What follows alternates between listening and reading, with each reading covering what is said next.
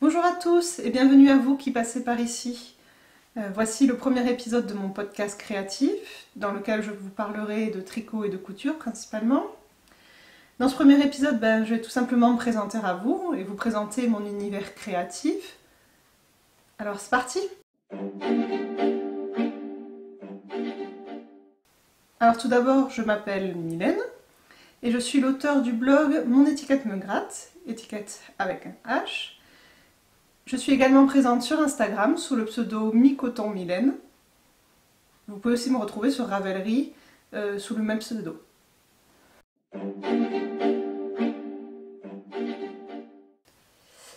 Alors je vais commencer par la partie couture, parce que c'est par la couture que mon parcours créatif a commencé. Alors la couture, j'ai toujours vu ma maman coudre, surtout quand j'étais petite.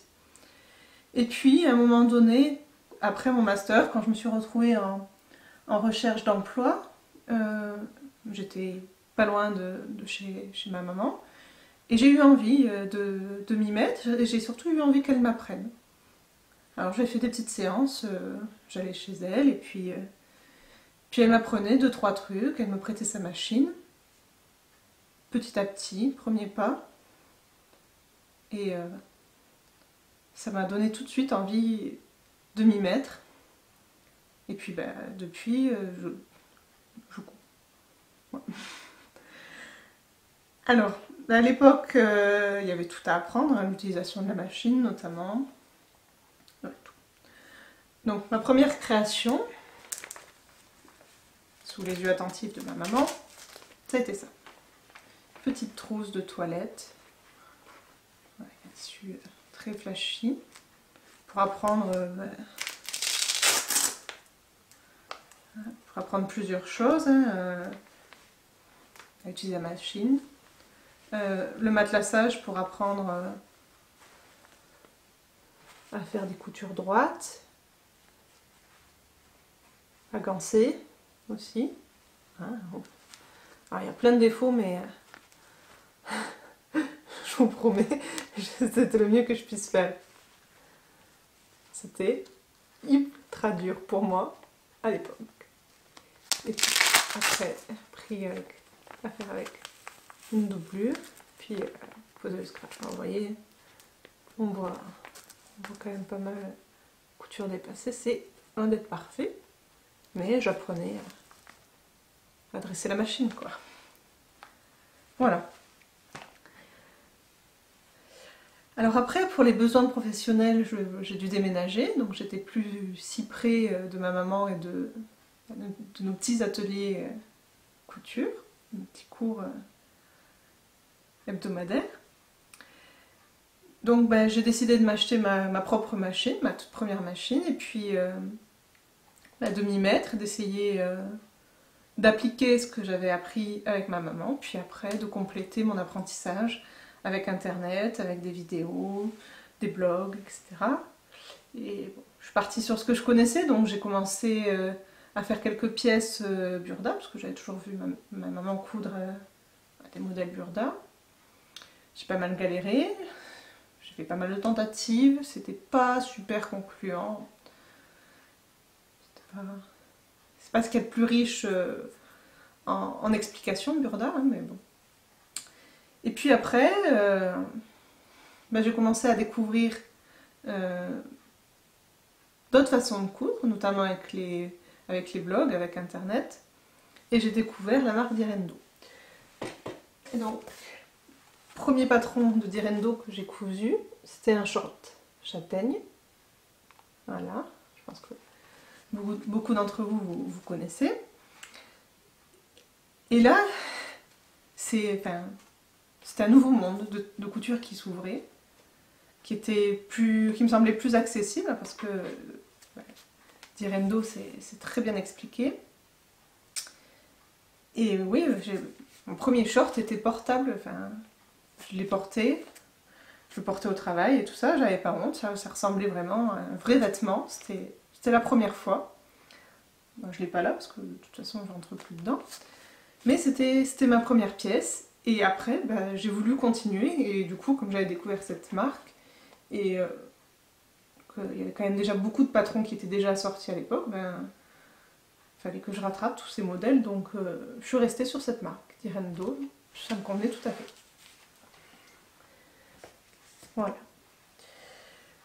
Alors ensuite, bon, j'ai fait d'autres tentatives, etc.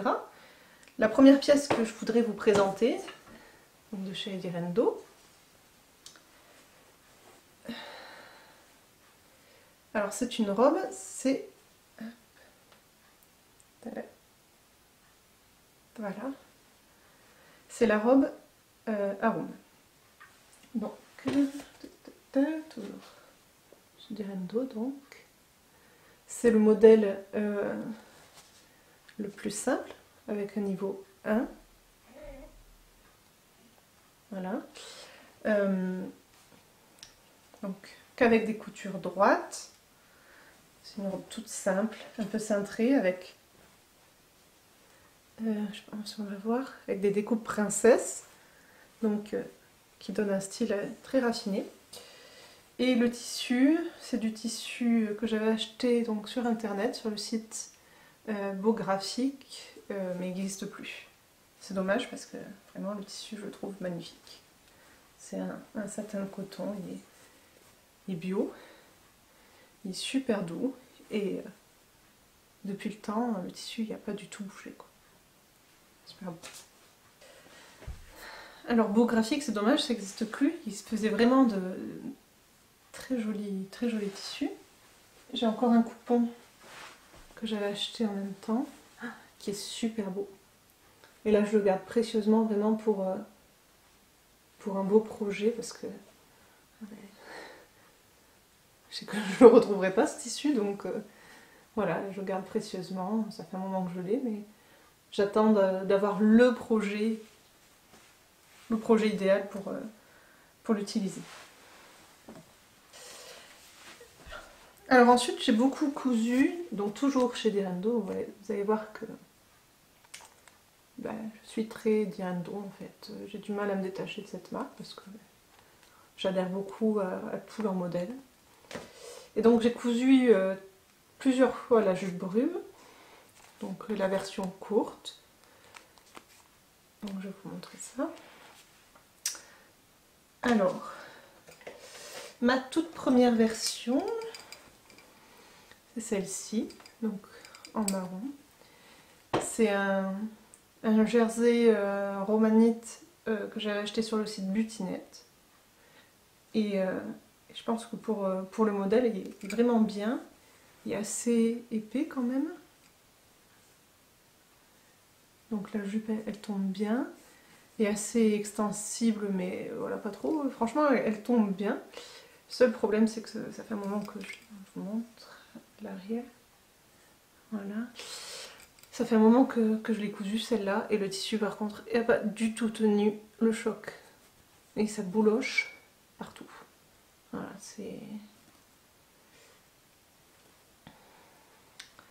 Donc ça, c'était la toute première. J'avais trouvé ça assez facile à coudre et j'aimais bien le rendu. Franchement, je trouvais ça très sympathique comme modèle.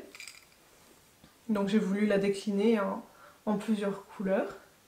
Puis tester d'autres tissus aussi pour voir un peu ce que ça donnait. Parce qu'en fait, rapidement, j'ai vu que le tissu ne tiendrait pas le choc. Donc je voulais tester d'autres choses plutôt que de décliner ce tissu dans différentes couleurs.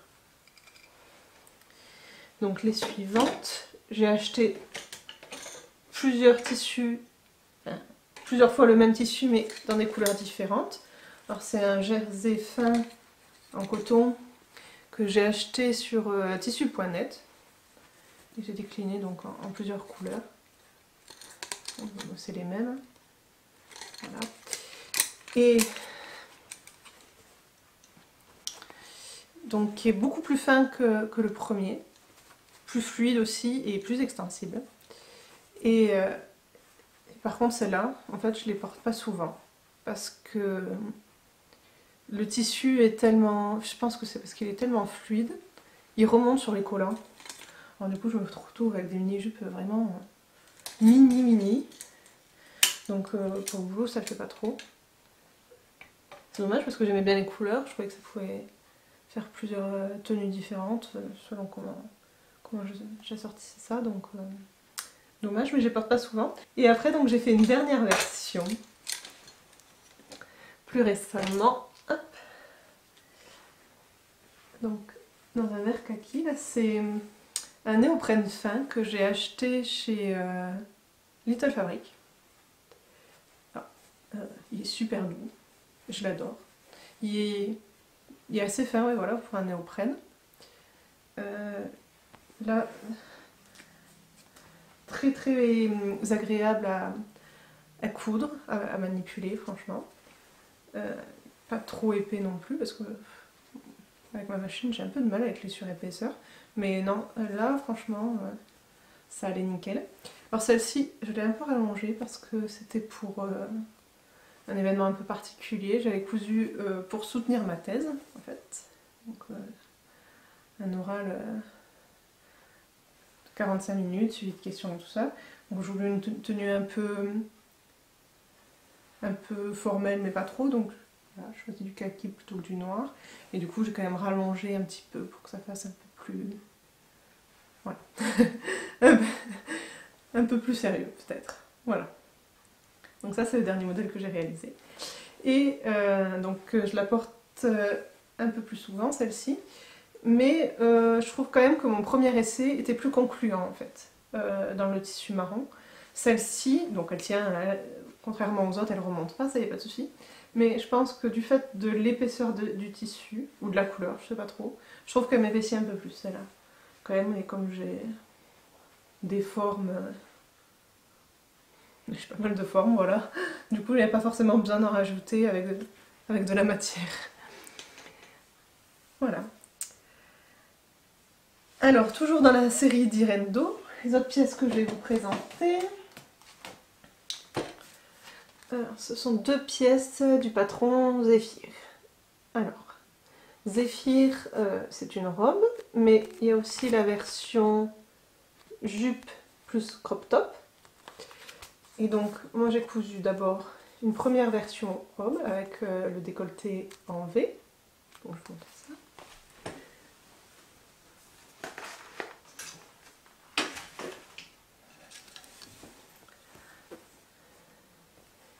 Donc dans un tissu que j'avais acheté chez Toto, Toto pas très loin, et c'est une sorte de jersey, enfin tissu extensible mais texturé, hein, voilà, ça fait un effet un peu gaufré que j'aime bien.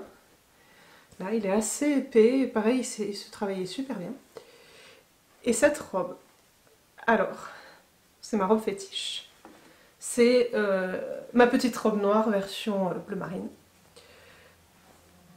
Parce qu'en fait, alors, du coup, il y a ce corsage là, un peu décolleté, resserré à la taille, et puis après, évasé sur les hanches. Voilà. Et du coup, alors, non seulement je trouve que la forme convient bien à ma morphologie, hein, parce que j'ai une taille un peu marquée, donc voilà, ce corsage là, un peu moulant et serré à la taille, puis après évasé sur le reste, je trouve que ça... Enfin moi en tout cas ça me convient bien. Et en plus de ça, alors j'avais fait une toile en fait, et j'ai adapté pour que ça convienne le plus possible à ma morphologie. Donc du coup j'ai cousu un 42 pour la poitrine. Pour la taille je suis descendue au 40 en fait. Et après 42 pour les hanches, mais bon là comme c'est large, pas trop de soucis. Et en fait surtout la grosse modification que j'ai faite, c'est que j'ai déplacé la ligne de taille en fait.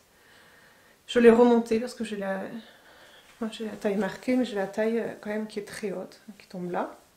Donc je l'ai remontée après avoir fait ma toile. Et là du coup ça tombe parfaitement sur ma taille. Et franchement j'adore cette robe. Je la mets mais tout le temps. Et ce que je trouve bien, c'est que, alors c'est peut-être aussi du fait de la couleur et tout ça, et de la matière, je peux la mettre selon comment j'accessoirise à toutes les saisons en fait. Soit l'hiver avec des collants, et du coup je mets un gilet par-dessus, ou avec une grosse écharpe, ou voilà, ou un foulard. Ou alors, comme elle descend suffisamment bas, j'ai pas trop de complexe à la porter sans collant, donc je peux la porter aussi l'été sans collant. Voilà, avec un gilet plus léger ou les bras nus, franchement, ouais, très passe-partout. C'est ma robe caméléon que je mets tout le temps. Voilà. Ensuite, donc, comme je vous disais, le patron permet aussi de faire des jupes. Et donc, j'ai fait en version jupe, qui paraît tout froissé, super. Donc, ça fait une jupe patineuse. Alors là, encore plus simple à réaliser. Parce que c'est, voilà, c'est... le devant, c'est une seule pièce. Le dos, c'est une seule pièce. Et après, il y a la ceinture, l'ourlet, et c'est tout. Donc, bon, j'avais déjà cousu quelques pièces entre-temps, mais c'est pas mal aussi d'avoir des petites cousettes comme ça, où en peu de temps, on arrive à la réaliser et qu'on a quelque chose de satisfaisant.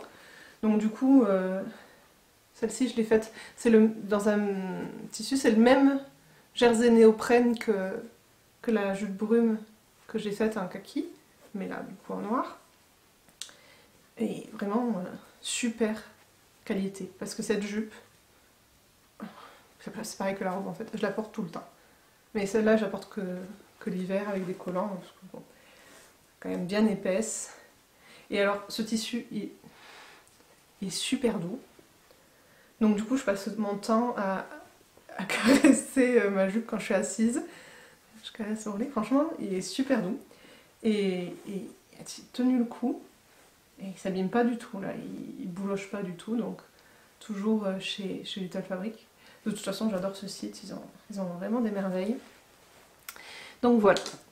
Donc ça, c'est les deux zéphyrs, en fait, ce sont les deux pièces que j'ai cousues que je porte le plus.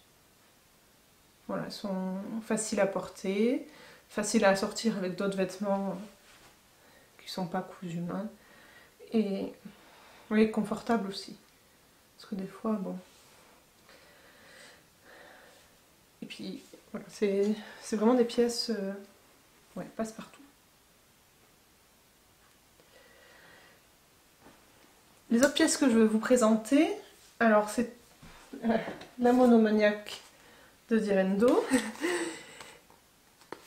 Oui, parce qu'en plus, voilà, non seulement, voilà, je suis toujours sur la même marque, mais quand je fais un patron, je le fais pas qu'une seule fois. Je fais... Et encore, j'ai l'impression de ne pas avoir fait toutes les versions que je voudrais faire dans chaque modèle, mais bon, j'ai toujours les patrons, donc j'ai toujours la possibilité de les faire et de les refaire. Et donc, alors, les pièces suivantes que j'ai réalisées, que j'ai adoré faire, c'est des chemises Mélilo. Alors, j'ai testé dans un premier temps la première version avec manches courtes et col Mao, parce que c'était ma toute première chemise. Donc je voulais pas non plus aller à la version la plus difficile, je voulais faire par étapes, me rassurer. Donc on s'évite les manches, on s'évite aussi, alors on va le voir peut-être plus là, mais les poignées de manches avec la petite fente. Tout ça, dans une première version, je préférais éviter. Et du coup, pour ma première version, j'ai réalisé... Voilà. Dans une cotonnade bleu ciel, avec des carreaux en lurex. Elle est loin d'être parfaite, hein. J'avais pas l'habitude jusqu'à présent de manipuler du tissu aussi fluide, même si franchement il y a plus fluide, hein, mais voilà. Donc il y a quelques défauts quand même, mais je me suis éclatée. Et j'adore l'arrondi. C'est vraiment trop beau. trouve ça très féminin, même sur un modèle comme ça qui est plutôt décontracté, hein, dans un style un peu plus style tous les jours, un peu printanier. Il y a quand même le petit côté chic, de l'arrondi là vraiment sur le côté, c'est vraiment trop top. Alors ce tissu je l'avais acheté sur le site Anneline, donc c'était pas le plus sympa à coudre quand même parce que, mais voilà, parce que j'avais pas l'habitude. Ça bouge quand même pas mal, hein. Fluide, il froisse aussi, hein, parce que là, normalement elle est repassée la chemise, mais ça se voit même pas. Enfin, bref. Et voilà, par contre, alors là, il n'a pas du tout, mais pas du tout bien vieilli. Il a bouloché. Hop, je sais pas trop si on voit. Il est vraiment énormément bouloché. C'est terrible quoi. Sur les côtés du vêtement. Je sais pas si on voit bien. Et voilà. Et donc j'aime quand même bien la porter, même, mais bon, elle va vraiment très mal vieillir. Ça avait commencé assez rapidement, dès les premières fois que je l'ai portée. Et ça bouloche aussi dedans, donc ça me gêne un peu plus. Ça se voit pas, mais ça me gratte. Et surtout, il y a le fil de lurex dedans. Je trouve que ça gratte aussi. Surtout sur le côté. À l'intérieur, il y a un petit fil de lurex qui est tiré. Alors pas vraiment au niveau de la couture, donc je pense pas que ça soit moi au niveau de la coupe. C'est juste, voilà, il est peut-être tissé comme ça. Il dépasse un tout petit peu. Et alors là, ça me pique vraiment beaucoup. Alors je vous parlais de l'arrondi, mais autre chose que j'adore aussi sur ce modèle, c'est à l'intérieur. Je vais m'en sortir. C'est toutes les coutures anglaises. Voilà. Je trouve ça, c'est une finition, mais c'est super. Je trouve que ça fait très propre. Bon, pour le coup, ça évite pas que le vêtement gratte, parce que du coup, il y a quand même des bouloches aussi et les fils de lurex. Mais ça évite d'avoir plein de petits fils ou le fil de la surjeteuse directement à même la peau. Franchement, sur un tissu comme ça, c'est super sympa. Et ensuite, hop, ben, il n'y a pas trop de suspense sur la deuxième version, hein, qui a été faite avec les manches longues et cette fois avec le col, puisqu'elle est... La deuxième version elle est sur Janine là. Donc, elle est là. Alors, je vais essayer d'éviter de la toucher. Je vais vous dire pourquoi. Je l'ai cousue dans une viscose que j'avais achetée sur le site Rascol. J'en ai acheté même plusieurs en me disant ouais, une viscose ça peut être sympa, ça va faire chic. Je vais pouvoir faire plein de versions, manches longues, manches courtes, avec un tombé fluide, ça va être super. Ouais, ce qui est pas super, c'est que ça froisse. Mais vraiment, vraiment, vraiment beaucoup. Pour ça, là, elle est bien sur le cintre.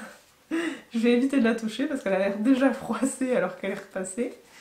Et ouais, ça froisse, mais vraiment beaucoup. Du coup, je la porte pas souvent parce que il faut non seulement il faut vraiment beaucoup la repasser, elle est galère à repasser avec les manches qui sont vraiment très, très étroites. Et en plus de ça, j'aime pas du tout repasser, mais vraiment. Quand je couds, ça me gêne pas, mais alors les vêtements, j'aime pas du tout. Donc à noter pour les prochaines versions, trouver des tissus qui froissent pas trop. Qui froissent pas ou qui froissent pas trop, quoi. Parce que celle-là, quand elle sort de la machine, c'est un vrai chiffon. Vraiment, vraiment, vraiment. Et par contre, après, j'adore le rendu, vraiment, c'est fluide, c'est joli. Donc je vous ai dit, le tissu, c'est une viscose de chez Rascol. Les boutons, un peu, je sais pas si vous allez bien les voir. Je vous approche la ligne. Voilà. Alors les boutons, c'est des boutons... Hop. Voilà. C'est des boutons émaillés et crus que j'ai achetés chez Little Fabric. J'adore, je les trouve très jolis. Mais bon, je me demande s'ils sont pas un peu lourds pour ce type de tissu. Ça fait peut-être un peu trop massif. Voilà. Après, quand elle est repassée, je trouve qu'elle est chic, elle fait féminine. Alors, cette pièce, même si je la porte pas beaucoup, c'est... à ce jour, c'est la pièce la plus compliquée que j'ai cousue. Donc déjà, j'en suis super fière, même si elle a encore un petit peu des défauts, et que je la porte pas souvent. Mais surtout, elle a une signification un peu particulière, parce que je l'ai cousue, là encore, pour une occasion particulière. Toujours la même, pour ma soutenance de thèse. Donc je voulais une tenue qui fasse sérieux et un peu chic, mais pas trop non plus trop sérieux, trop austère. Donc c'est pour ça que j'ai choisi écru plutôt que blanc.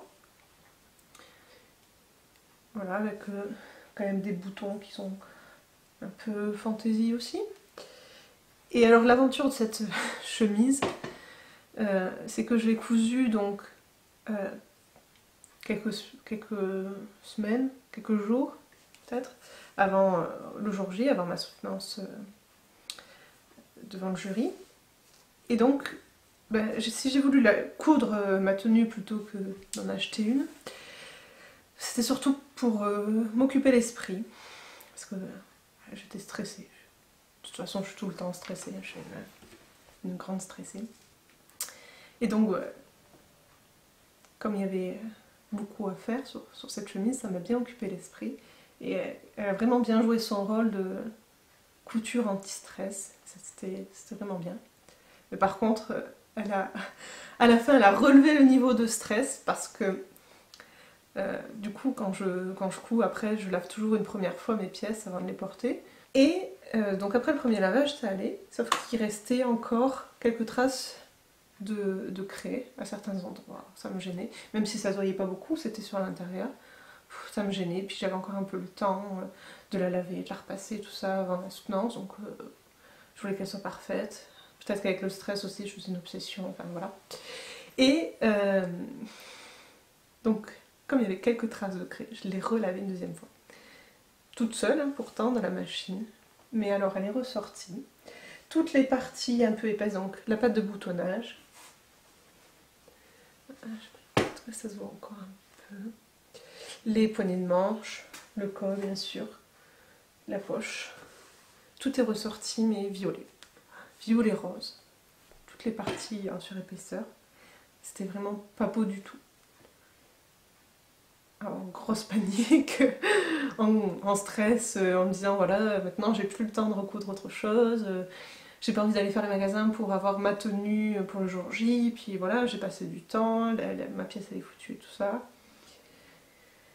Et perdu pour perdu, j'ai quand même testé des produits, enfin un produit pour c'est SOS décoloration je crois, ou quelque chose comme ça.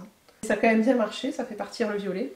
Alors j'ai toujours mes pièces qui sont dans un beige un peu plus foncé, je sais pas si ça se voit. Voilà, j'ai mis. Hop. Voilà, allez. Dans un beige un peu plus soutenu, un peu plus foncé. Donc voilà, ça avec toutes les pièces les plus épaisses qui restent comme ça. Alors c'est pas comme j'aurais voulu, ça me gêne un peu, mais voilà. Elle est quand même jolie, enfin, j'en suis quand même contente. Et du coup, je la porte pour quand j'ai des événements un peu importants, donc, comme ce jour-là, la soutenance de thèse, ou pour un entretien d'embauche. Voilà pour la couture. Toutes les créations que je voulais vous présenter, pour que vous voyez un peu ce que je fais, ce que j'aime bien. Voilà.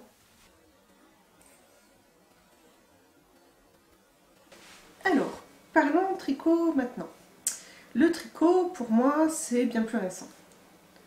Le tricot, j'ai commencé il y a un peu plus d'un an et demi. Oui, un peu plus. Donc du coup, en tricot, je me considère vraiment comme plutôt débutante. Enfin, en couture aussi quand même, je me considère quand même pas experte. Mais bon, on va dire que ça fait un peu plus longtemps. Alors le tricot, pourquoi? Comment? C'est un peu comme pour la couture en fait. Le tricot, j'ai toujours vu ma mère tricoter.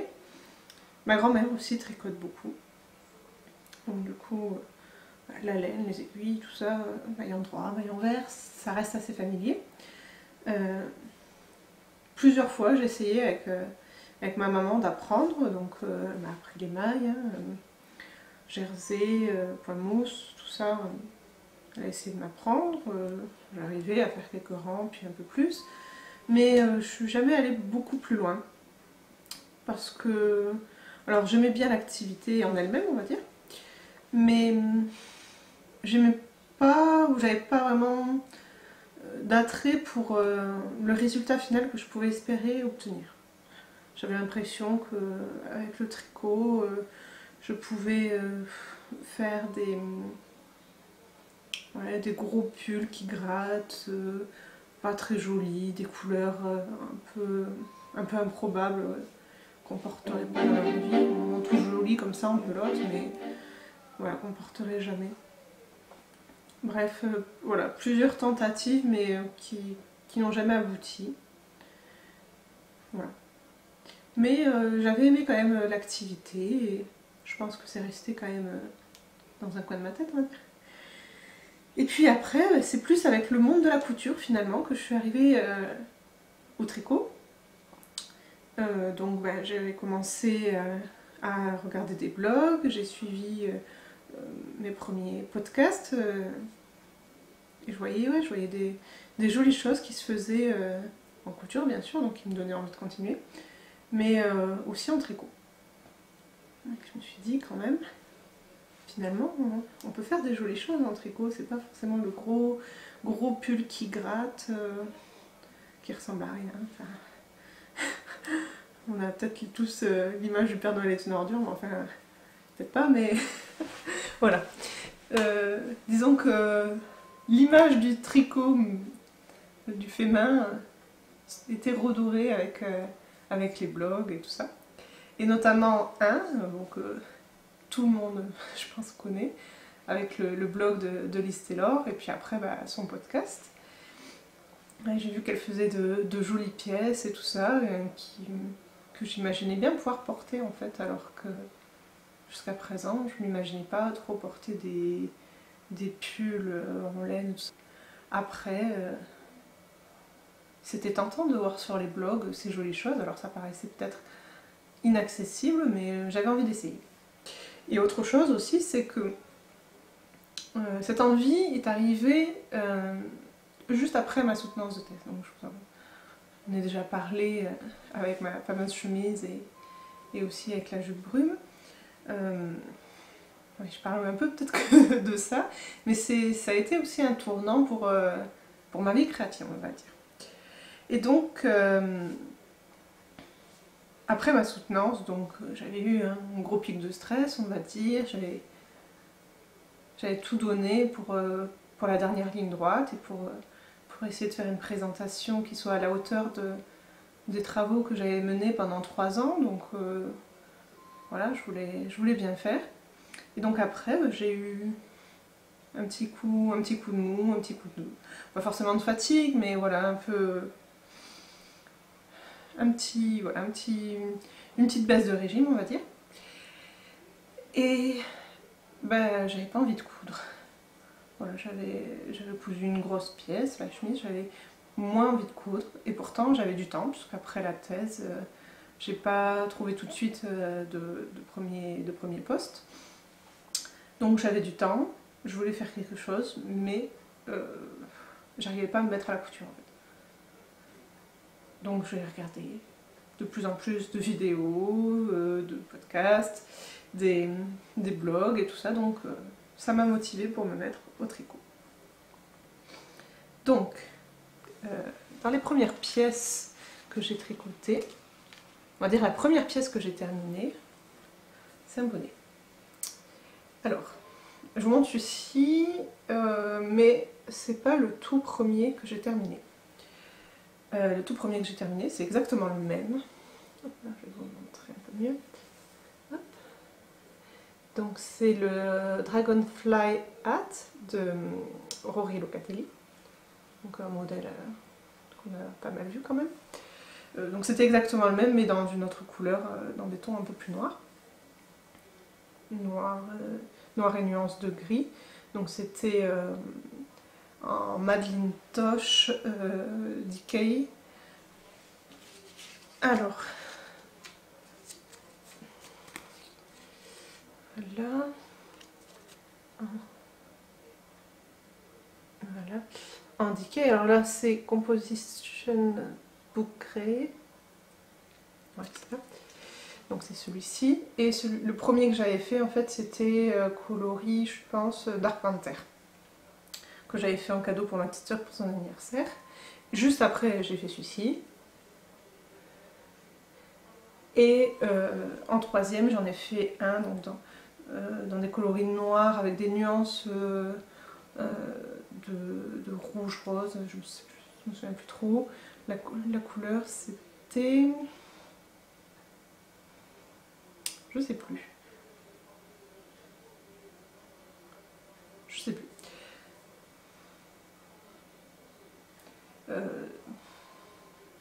Non, ça me revient pas. Je vous le noterai peut-être en bas. De toute façon, je peux pas vous le présenter là. J'avais même pas fait de photo. C'était pour ma maman, donc je l'ai fini, je lui ai envoyé.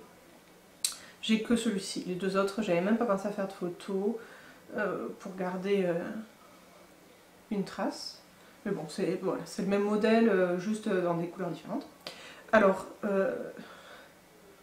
je vais vous dire que j'ai adoré, puisque de toute façon, après, j'ai jamais arrêté de tricoter. J'ai toujours eu un tricot en cours.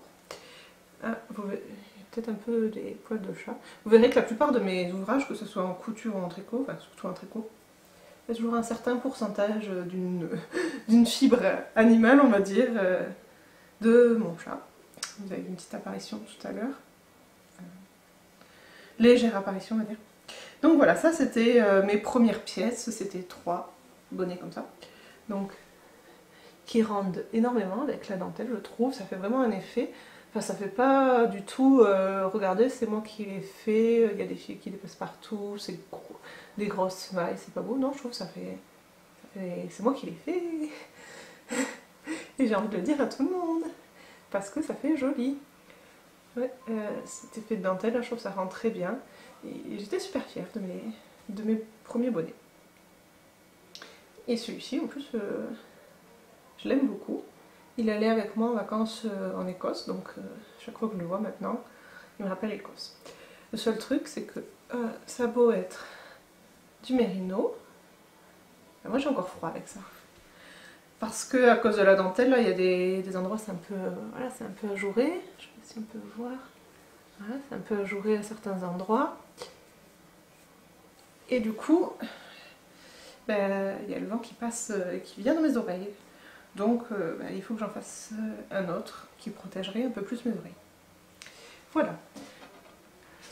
Ensuite, après mes premiers bonnets, comme j'étais vraiment bien lancée, j'ai adoré. J'ai adoré la laine, j'ai adoré les patrons de... Enfin, le premier patron que j'ai utilisé, donc de Rory Locatelli.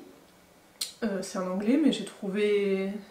Comme j'apprenais en fait, que je me servais d'internet pour savoir comment faire les mailles. J'ai aussi pas mal appris justement avec les vidéos de Liz Taylor qu'elle a fait sur le tricot et la méthode continentale. Donc j'ai directement appris à faire les mailles comme ça, donc maintenant je vais faire que comme ça. J'ai jamais vraiment trop tricoté avec une autre méthode, à part quand j'avais appris avec ma mère au début, mais bon.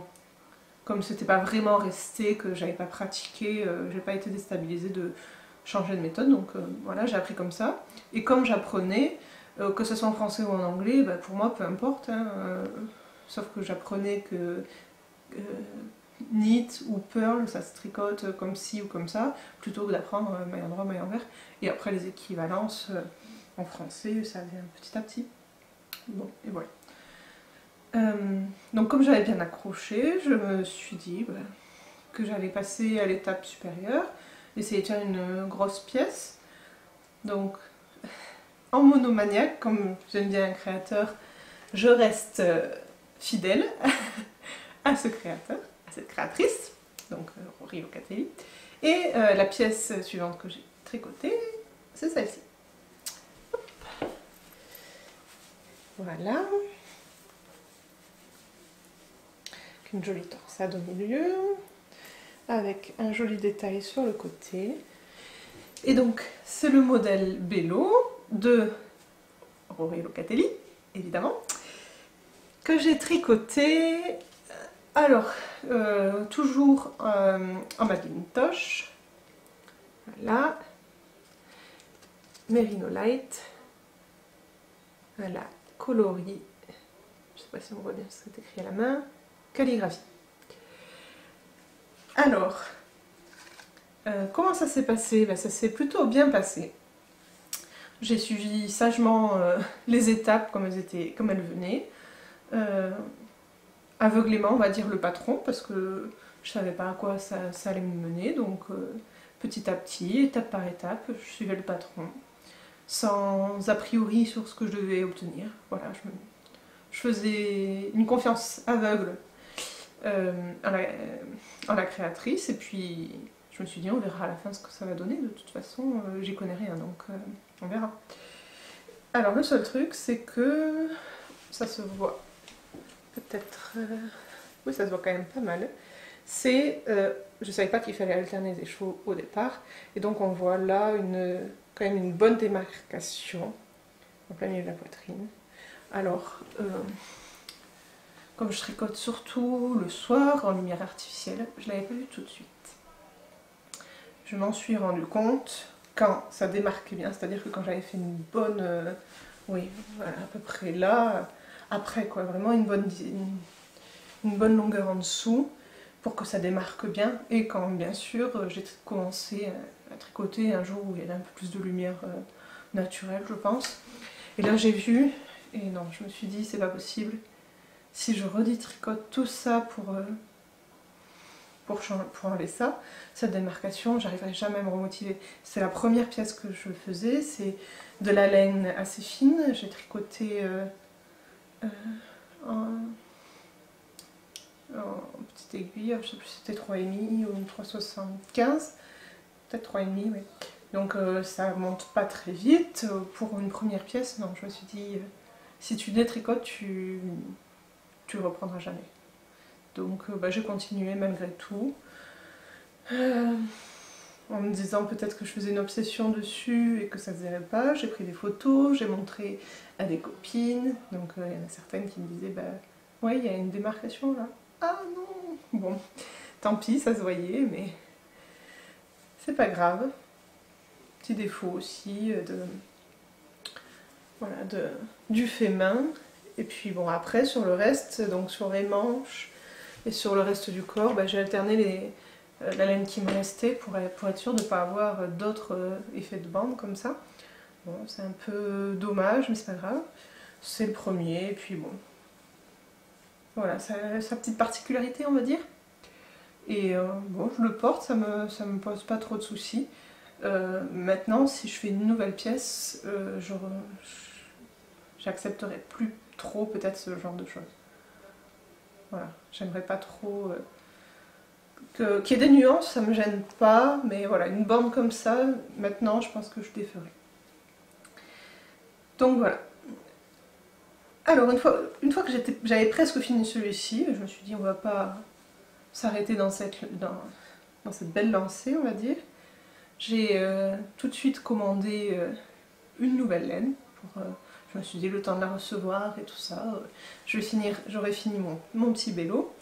Et du coup, je pourrais attaquer le projet suivant.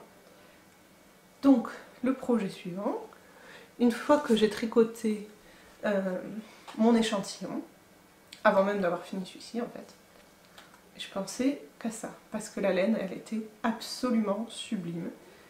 Et oui, je débute et je fais quand même des échantillons.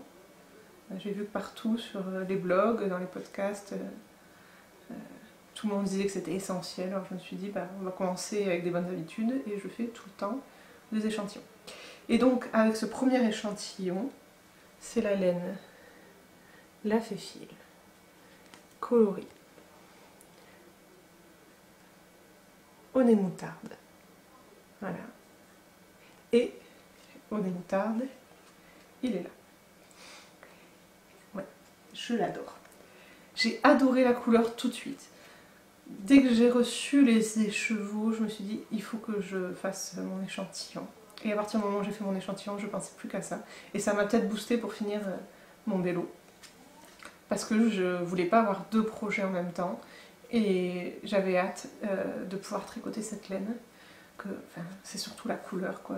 Vraiment, c'était exactement ce que j'avais imaginé quand je l'ai commandé. Et du coup ouais, j'en rêvais jour et nuit de pouvoir attaquer mon projet avec cette laine. Et mon projet, celui que j'avais choisi, toujours chez Rory Locatelli, c'est, je ne sais pas trop comment on dit en anglais, Earnest Cardigan.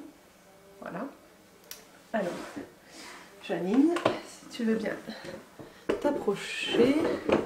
Alors, en fait, donc c'est tout un point comme ça. Tout un point comme ça, texturé. J'adore. Voilà. Regardez-moi cette couleur. Ah, trop bien. Et je pense que là, vous la voyez vraiment bien comme elle est en réalité. J'adore. Donc, Earnest Cardigan, c'est un gilet avec tout un col torsadé et avec